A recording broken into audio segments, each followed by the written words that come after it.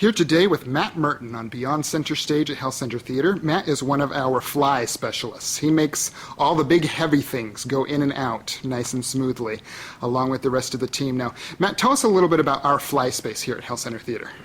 Well, as you know, we're theatering around, but we don't have a very large fly space to fly the pieces that we want to fly in, because every year we seem to get a little bigger and bigger with some of our pieces.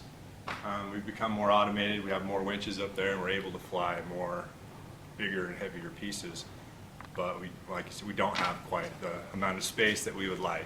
Now, originally we used to do everything with manual flies, right? Will you show us those? Yes.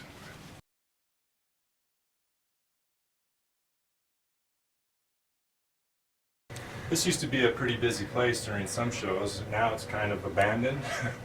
But this is where we used to do most of our flies manually. We used to only have 2 winches in our grid. We now have 9. But it used to be a technician or a stage manager would just come, basically pull the rope, let the piece inside and out. 10 years ago, if it were just a window, it would have 2 ropes on both sides of the window, and the tech would have to keep the 2 ropes straight as he lowered the window in, or the window would go crooked. We don't do anything like that nowadays. With all the automation, it makes it much more precise. Exactly. Great. We're just able to, like on a window, you could just 2 lines to 1 line go into the winch. And just makes things a lot simpler. Plus the amount of weight that we actually do now. We used to do very heavy pieces down here, but we'd rig them sometimes 2 to 1 or even 4 to 1 because the piece was so heavy. So that a technician, sometimes 2 technicians, would actually have to raise and lower the piece because it was so heavy. Right. You were kind of limited to what was maybe the heaviest piece we ever did manually? Just a guess.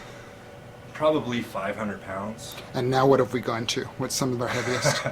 Well, we had an airplane with the people. Once the people were on the airplane in Trouser Chaperone, I think that plane was close to 4,000 pounds. 2 tons. Yeah, we definitely could not have done that. Certainly. So show us these winches. Where are they? They are up in our grid right above the stage. 50 feet above the stage. Perfect. Show us where.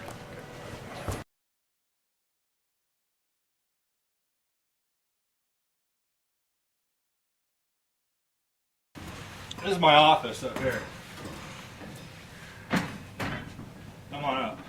Like I said, we have 9 winches up here. Some of them can lift more weights than others, and some of them can lift faster than others, depending on the gear ratio that we have. 2 of them were here when I started 10 years ago. There are others we've actually built ourselves, and we've installed them ourselves. And I see they're color-coded.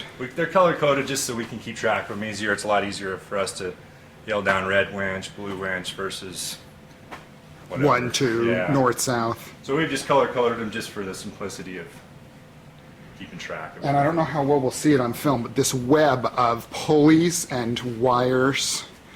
What would you say most of these wires are rated?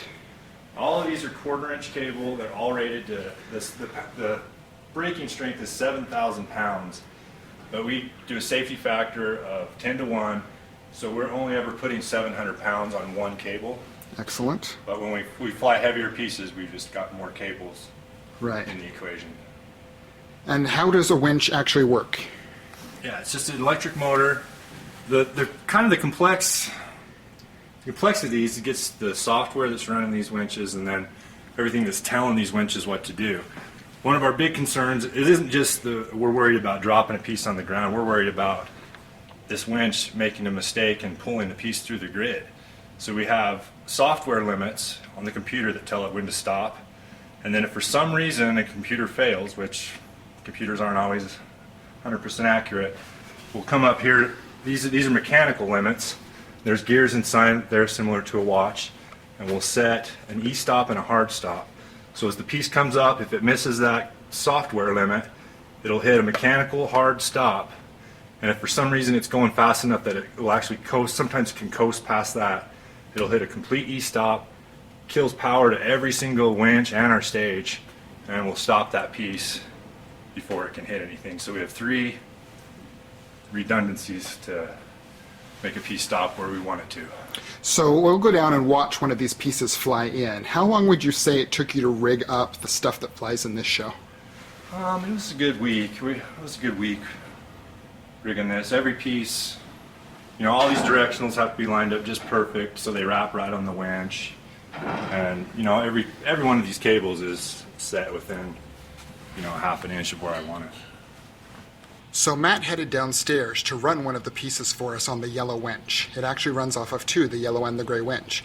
So right behind me here you can see the yellow one, and it's going to start to run here in a second and pull a piece down to the stage.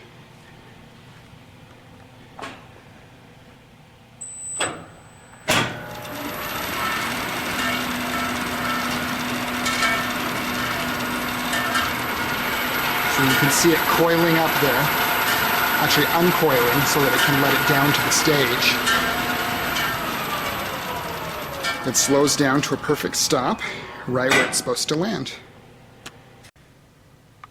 So here's the piece on stage. Meant to look like wood, but actually made out of aluminum, right, Matt? Yes.